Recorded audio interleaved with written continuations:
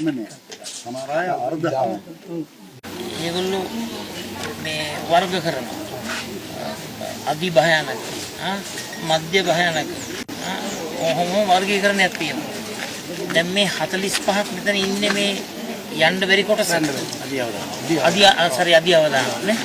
එතකොට මේ මට තව ප්‍රශ්නයක් අහන්න ඕන. දැන් මැදි අවදානම් කට්ටියට යන්නේ කිව්වා. හරි. ඒ මැදි අවදාන කිව්වේ නෑ සර්. මැදි අවදානම් කට්ටියක් ඉන්නවා. හරි. නෑ මේ නෑනේ. ඒගොල්ලන්ම ඥාති ගෙවල් වල නෑ මම අහන්න හදන්නේ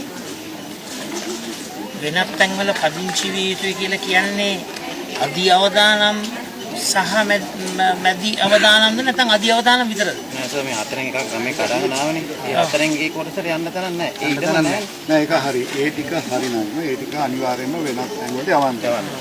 හැබැයි අර්ධ අවදානම් කියන්නේ මාධ්‍යම අවදානම් කියන්නේ. ඒවා වල පවා යන්න බෑ. يعني පිටි දෙකට පැලිලා ගෙවල් ඒ කියන්නේ ඊළඟ වැස්ස කවන කඩාගෙන ඒ.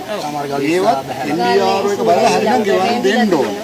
ඒක තාම වැඩ පිළිවෙලක් නැහැ. ඒක තමයි මේ අවිනිශ්චිත දේ මට. ඒකට පාර්ලිමේන්තුවේ ජනාධිපතිතුමා කිව්වා මාස 3කට කුලිය ගෙවනවා.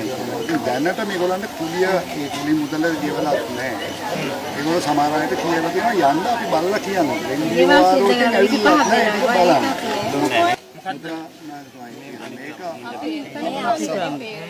කාන්දේ නෙවෙලුත් නායවල අපි ඉන්නේ තාම පන්සලේ.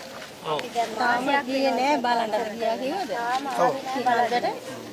බලන්න ගියෙත් නෑ අපි මගේ යන්නත් බෑ ගෙවල් සම්පූර්ණ මේ වගේ. මොකද මේ ගමේ නම? තේරමඩුල්ල වක්කුණු වල. මමයි කබීරමතුමයි ඒ වගේම සුන්දර සංජය පෙරමතුමයි කියන්නේ අපේ පාර්ලිමේන්තු මන්ත්‍රීවරු දිස්ත්‍රික්කයේ දෙපළයි මම පක්ෂයේ නායකයා හැටියට අපි දන්නවා දැන් ඔබතුමාලා මුහුණ දෙන ප්‍රශ්න ගැටලු ඒවා සියල්ලක්ම පාර්ලිමේන්තුව තුළ ඒ හඬ නගලා විශේෂයෙන්ම ඔබට ලැබිය යුතු සහන ටික අයිතිවාසිකම් ටික ඉක්මනින්ම ලබා දීම සඳහා අපි උනන්දු වෙනවා.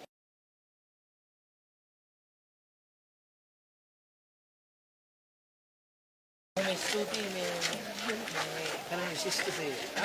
සර් තවට බොහොම ස්තුතියි.